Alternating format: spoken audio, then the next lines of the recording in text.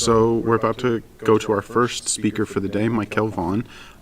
He's the founder and executive director of Urban Coders Guild, a Tulsa-based nonprofit organization that provides web and mobile application development skills to underdeserved and under-resourced communities.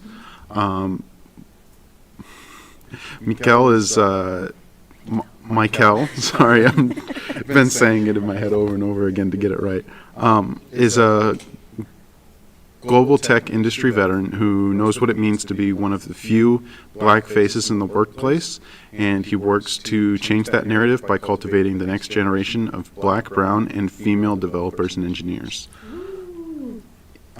In his talk, he's going to be offering Unity game development. Urban Coders Guild began offering Unity game development in 2021 as a learning track for middle and high school students.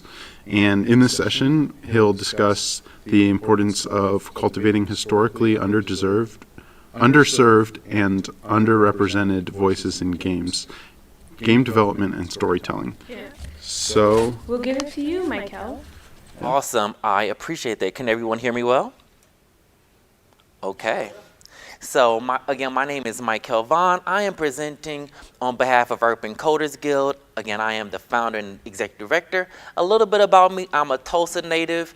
I grew up in North Tulsa, learning STEM, learning tech, learning computer science. I built my first website on my family computer, and I parlayed that into a long career, building websites, eventually learning network development, network security, project management, and I spent 10 years living in Tokyo, Japan, doing just that.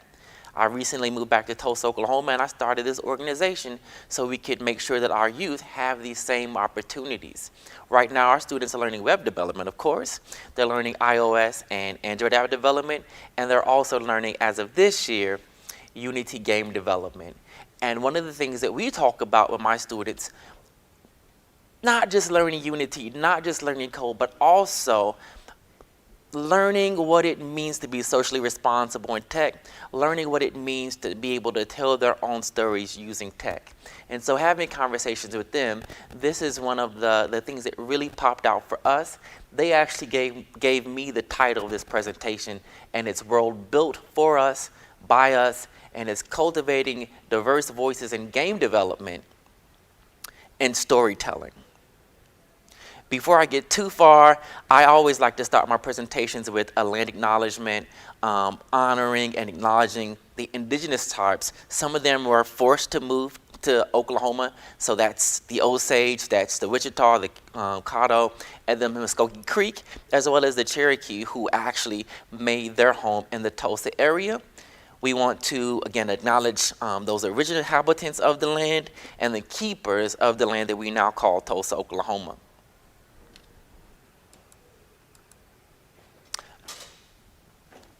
I started in web development like so many kids learning HTML. Let me back up a little bit. Like so many kids of my age learning HTML and Notepad, really knowing or having to know all of the tags, making the most rudimentary websites. When you go back and look at those now, it's an honor and a privilege to be able to have that, but it's also knowing, wow, we have come a very long way. My kiddos doing websites, doing the mobile apps, doing the games, they are really pushing us forward. We are teaching the next generation. We are giving them the skills and abilities that they will need to make the next generation of web and digital apps. One of the things I like to tell them is technology is never neutral. I like to start them with a story of the very first webcam or the very first cameras that had facial recognition. These kiddos have never grown up without that, so they don't really know what that means. But for me, it means knowing that my darker face was something that the Face Finder just didn't work with. It just pretty much made the screen dark, which meant that it didn't work, for me or folks who have darker skin tones. I also like to point to the new autonomous driving vehicles who apparently have not been programmed to recognize darker skinned folks.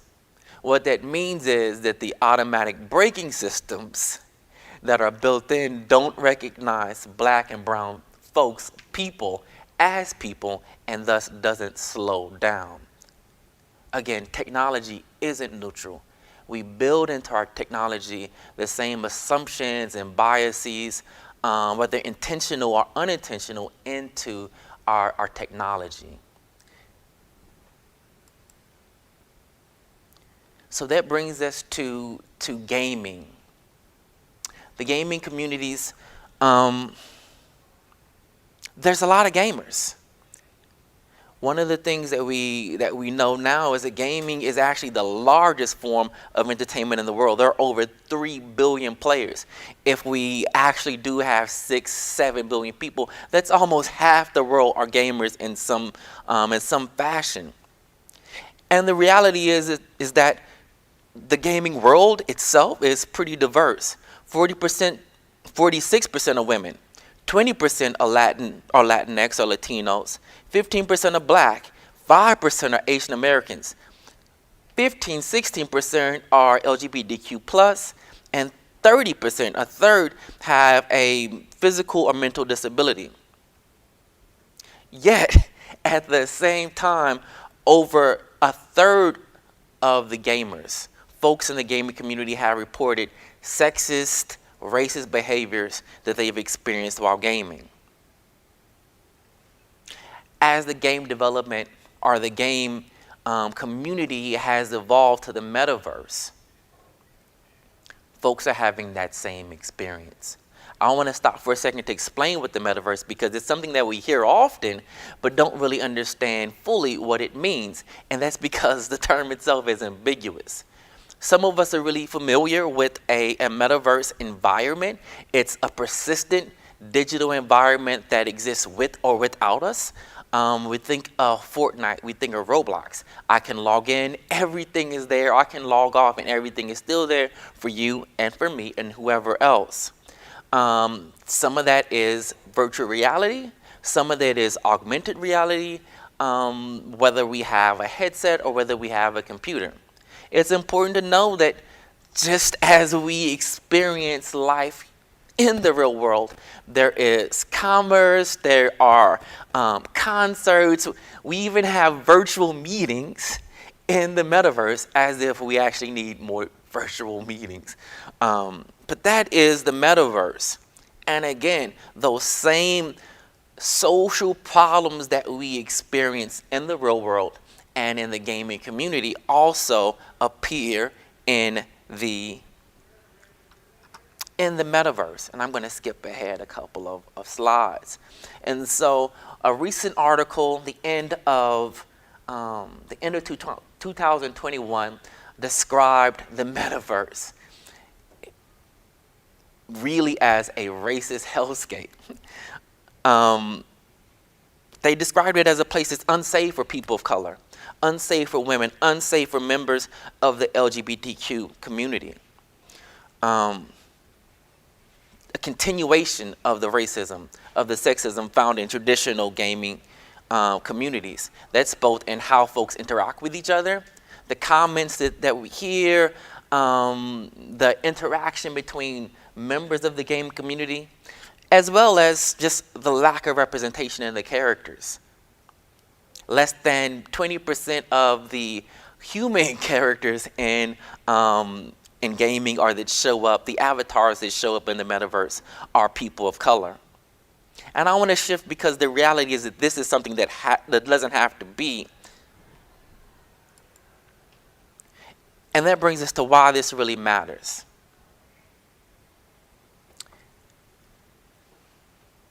Again, the gaming community, the metaverse, really is already diverse.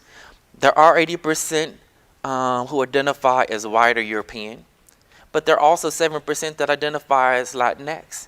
There are a lot fewer who identify as Black. That's just 2%. There aren't again, a lot of diversity, but there is some that exist.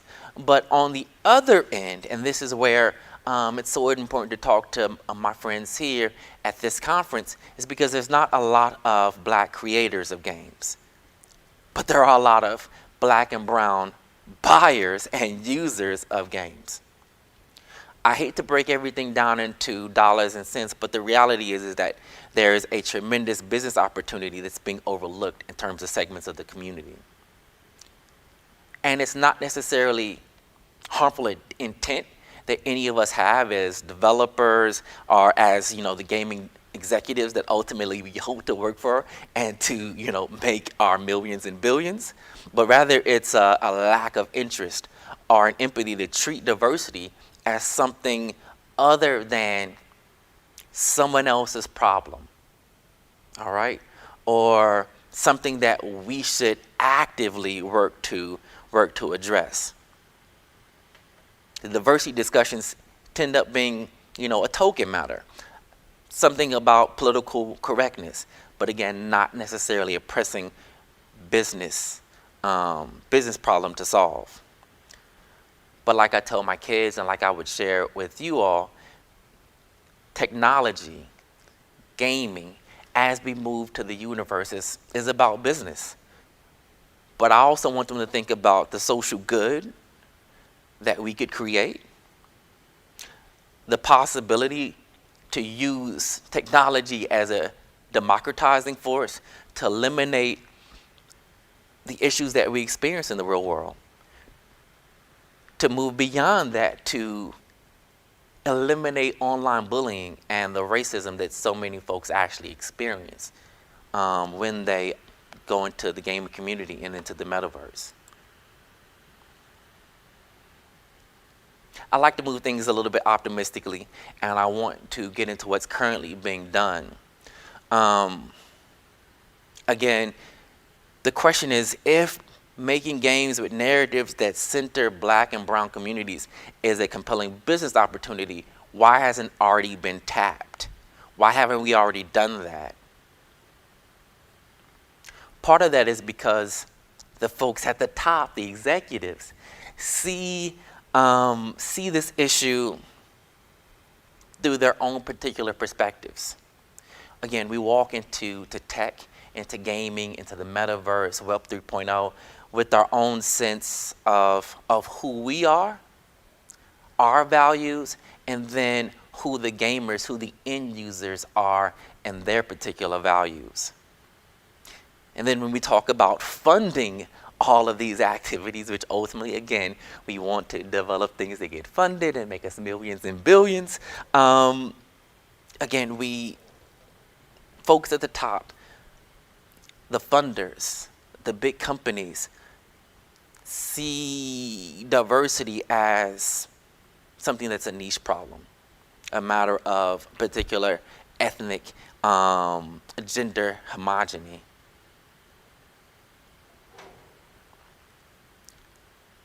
That's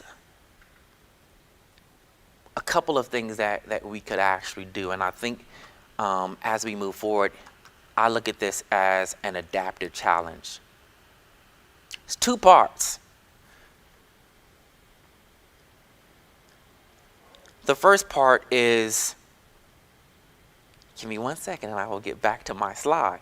The first part is really what Urban Coders Guild is trying to do.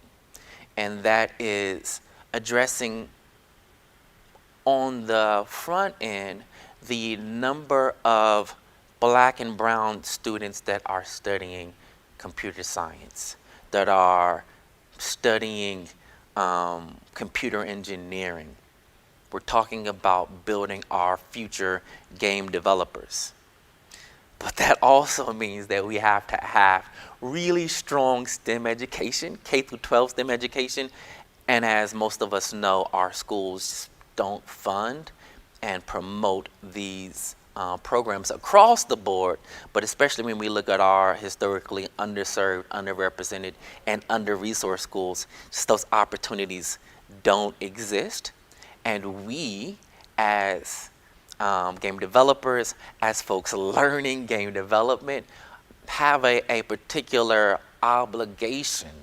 And I say obligation because I really mean being mentors and being tutors for young folks to help increase diversity, both in terms of ethnicity and race, in terms of gender and gender expression, in terms of religion, in terms of every way that you can look at diversity. It's upon us to reach out, reach back, and help do our part to increase diversity in the game development area, especially when our school systems just can't and don't have the capacity to do that.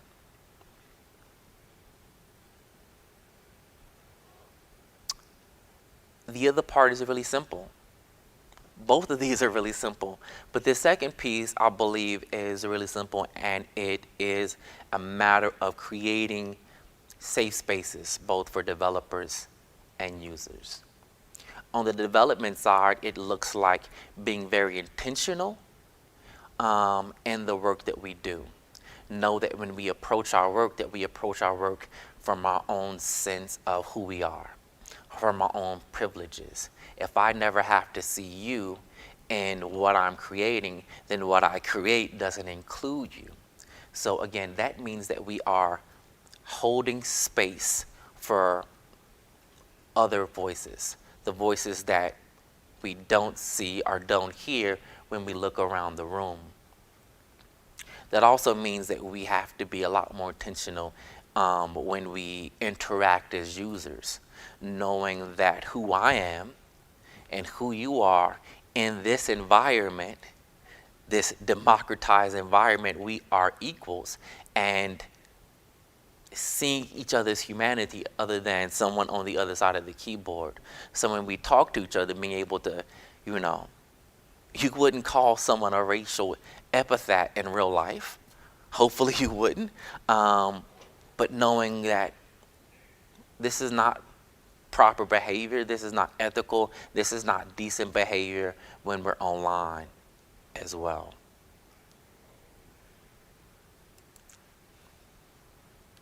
Again, the challenge is ours. This is something that we can do.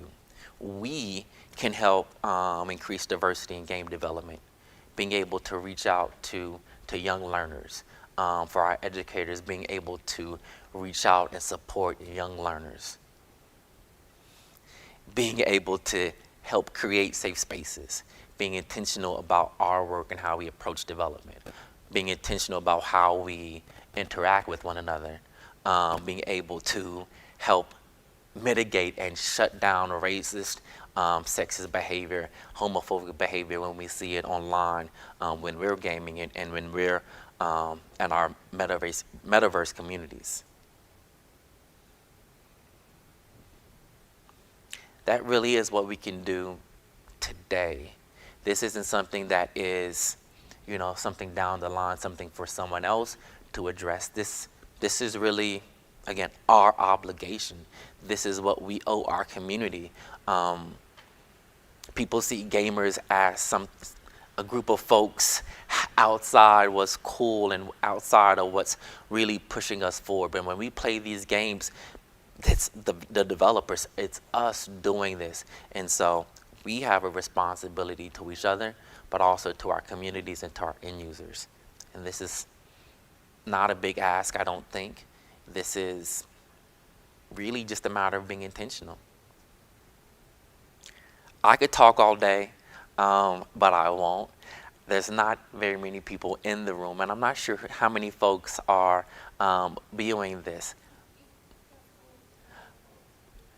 Well, I'm actually okay, because I actually, again, I don't know how many folks are here, but I would love if there's some questions or some concerns. I'd love to, again, I could talk, but I love if there's an opportunity to have some discussion, some questions. Yes. So you talked about these spaces as democratized. What do you mean by that? Democratizing. Absolutely. So only my mic is on, so I'm going to repeat the question. And the question, if I heard it correctly, was, what do I mean when I say democratized? When I say democratized, I'm really thinking about the barriers to access. The barrier isn't non-existent, but the barrier is minimal. Being able to, I could get on, you could get on, whether this is a game. The games are fairly inexpensive now. I remember trying to get some games and they were $300.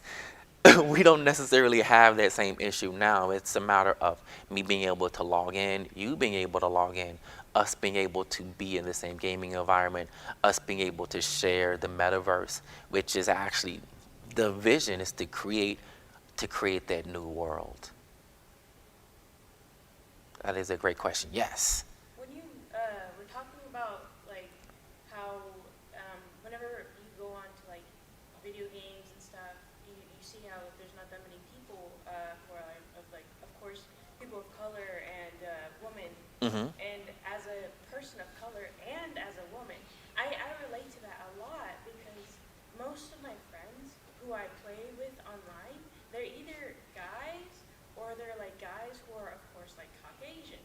So it's like I can't really relate to them as they could relate to me because most of the games that we play is of course like it doesn't really kind of like it doesn't show the representation that I would like. So I feel like what you're doing is like really great, and I actually like hearing about what you were talking about and how we could try and make improvements on it. So I appreciate your whole presentation.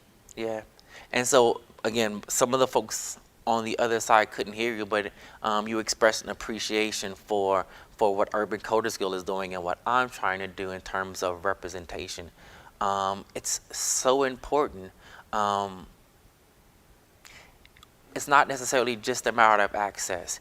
Being able to say, hey, I have this open class, you should sign up. It is also on the other side, knowing that I have to be able to inspire confidence.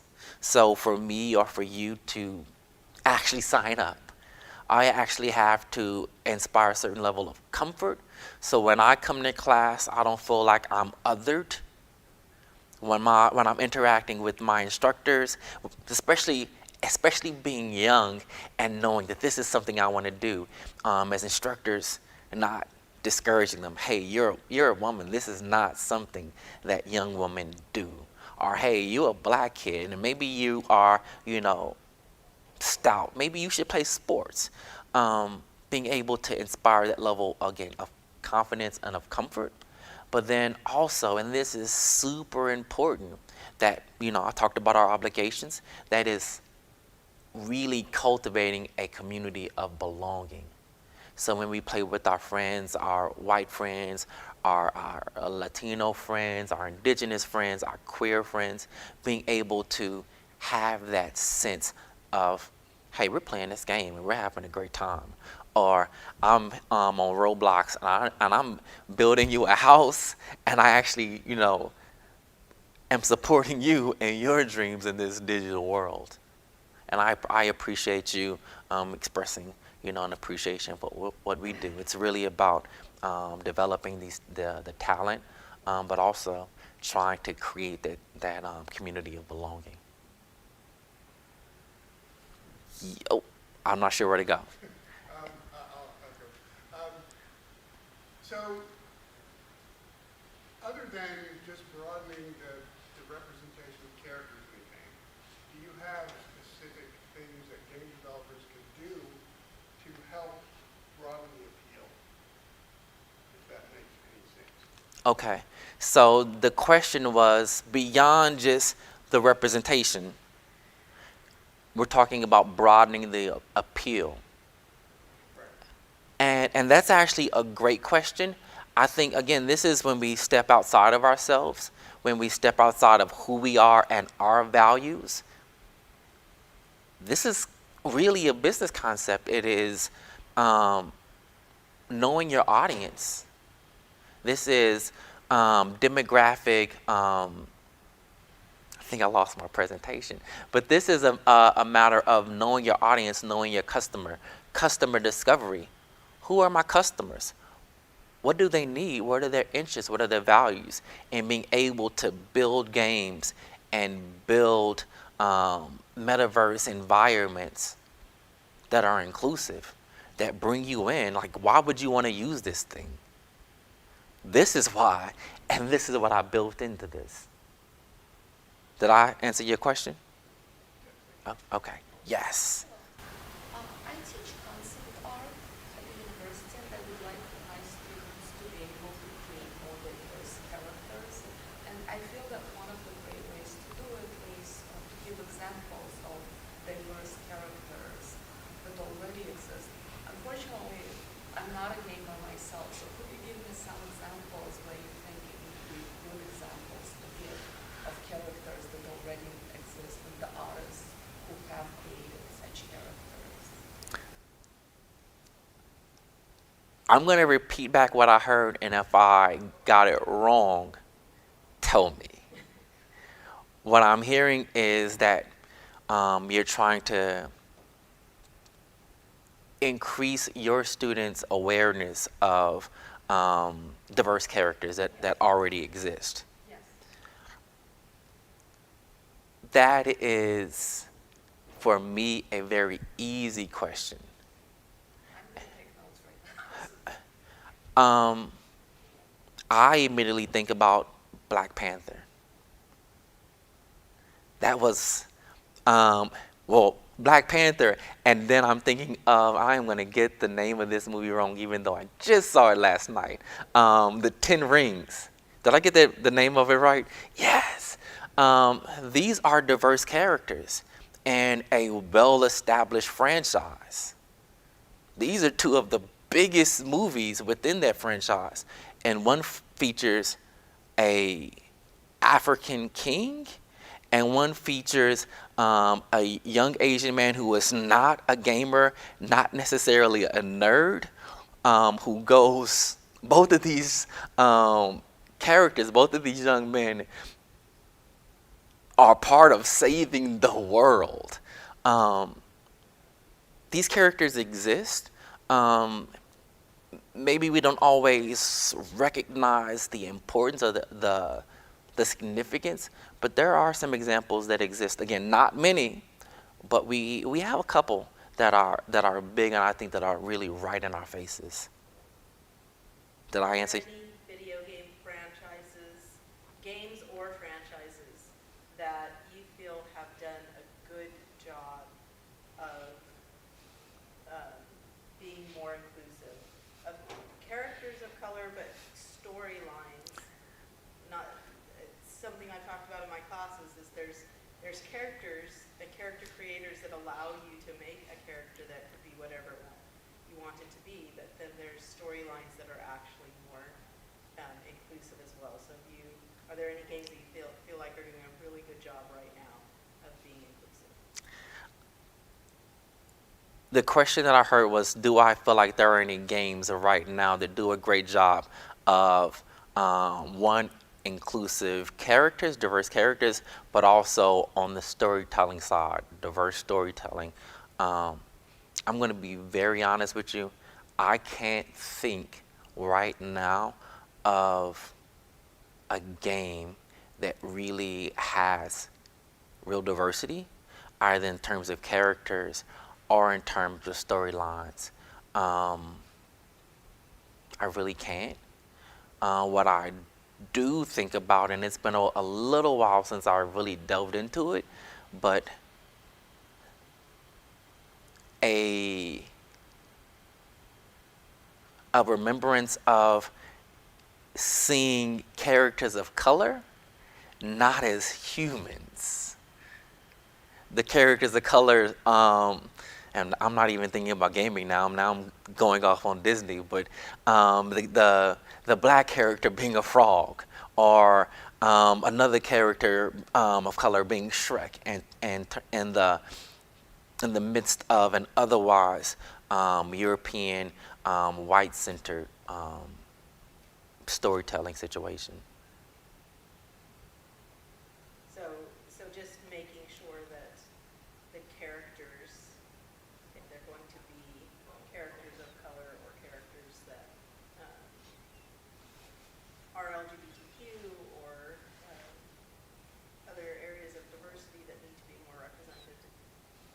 suggestion then is to just make sure that they get to be the hero, they get to be the human, if it's a human-centered game, that they get to be that and stay that? Is that kind of what you're saying about that? I need to repeat that for the folks streaming. And so what I've heard was my suggestion being, I'm missing it already. Making the diverse characters the center of the story and not the sidekick non-human. Okay.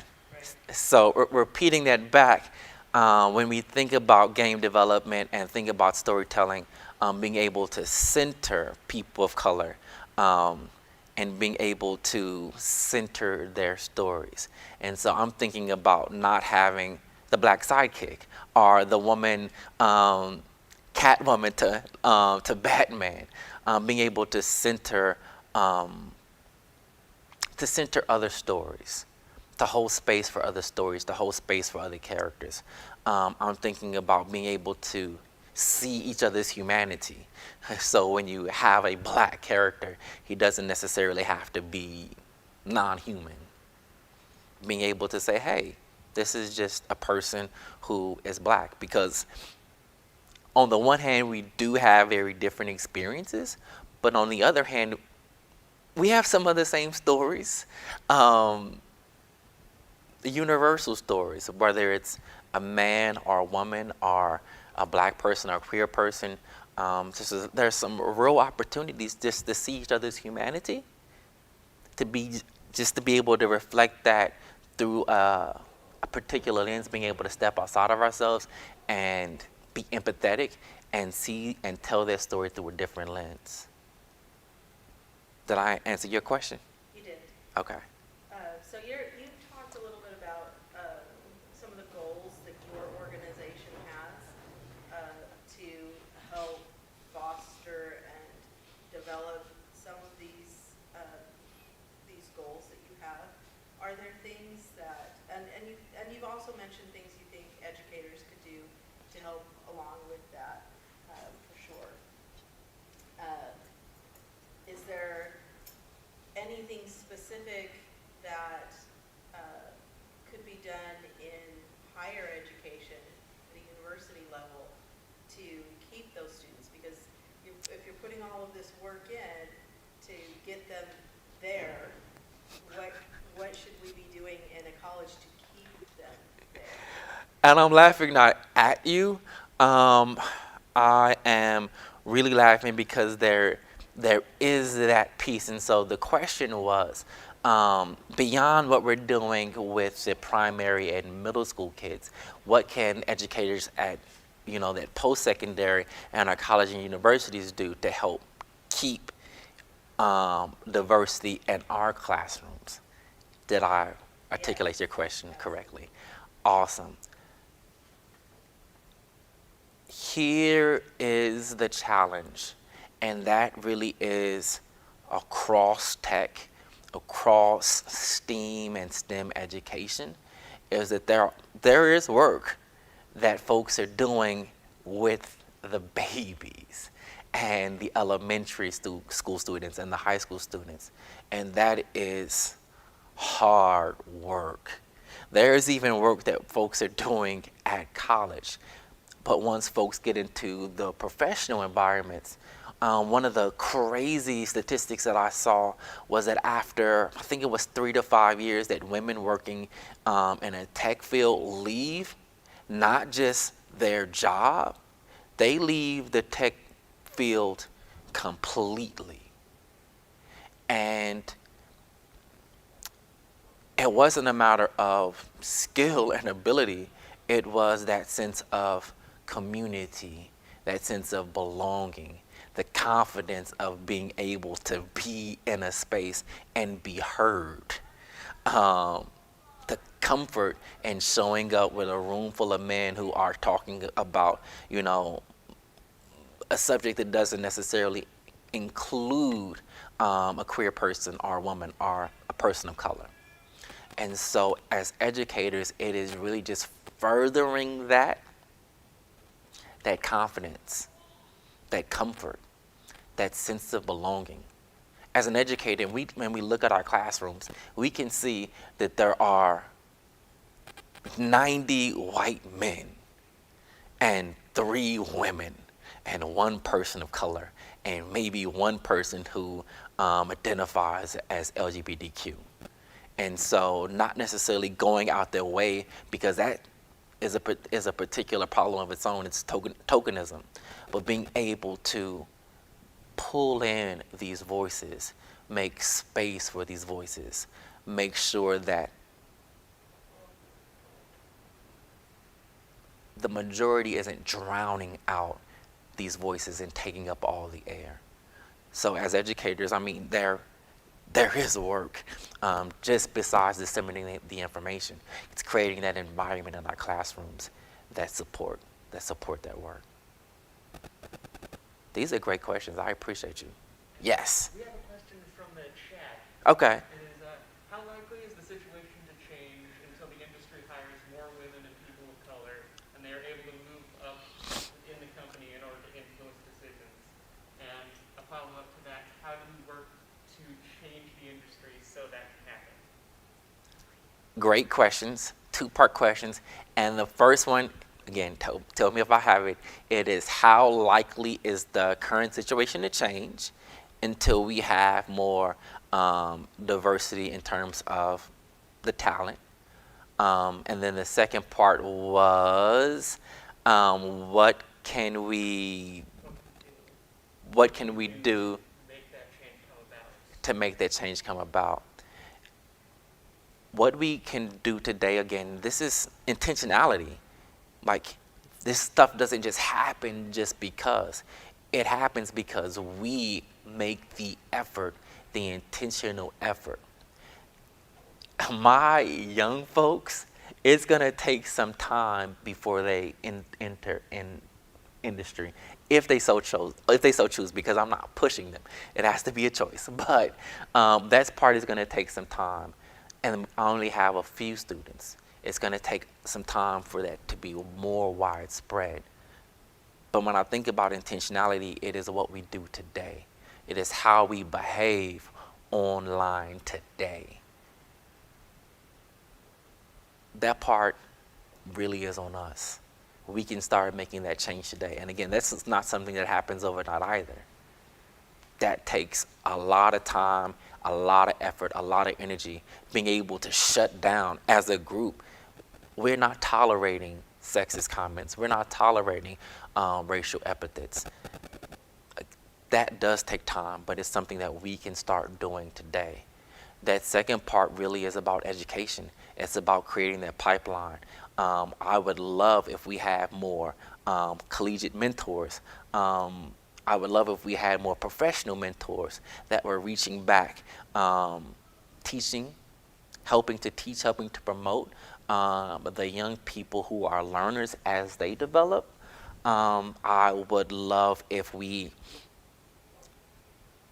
at the gaming executive level, were able to recognize the importance of diversity, not just as a feel-good political correctness exercise, but really as you have 3 billion customers.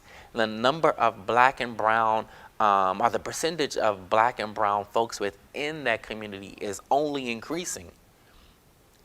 Am I, as a gaming executive, making a space for future customers or not?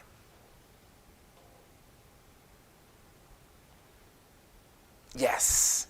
You mentioned how in your Urban Coders Guild, you have a small group of students, correct? Yes. How would a younger student be able to join the Urban Coders Guild so that they could also be in like a safe place to learn and develop their skills? Awesome. And so the question was, how would students find out about Urban Coders Guild or apply? That is a really great question. One of the guiding principles of Urban Coders Guild is equitable access. And so our young people don't necessarily have to come with us or come to us with any coding experience. It's actually free.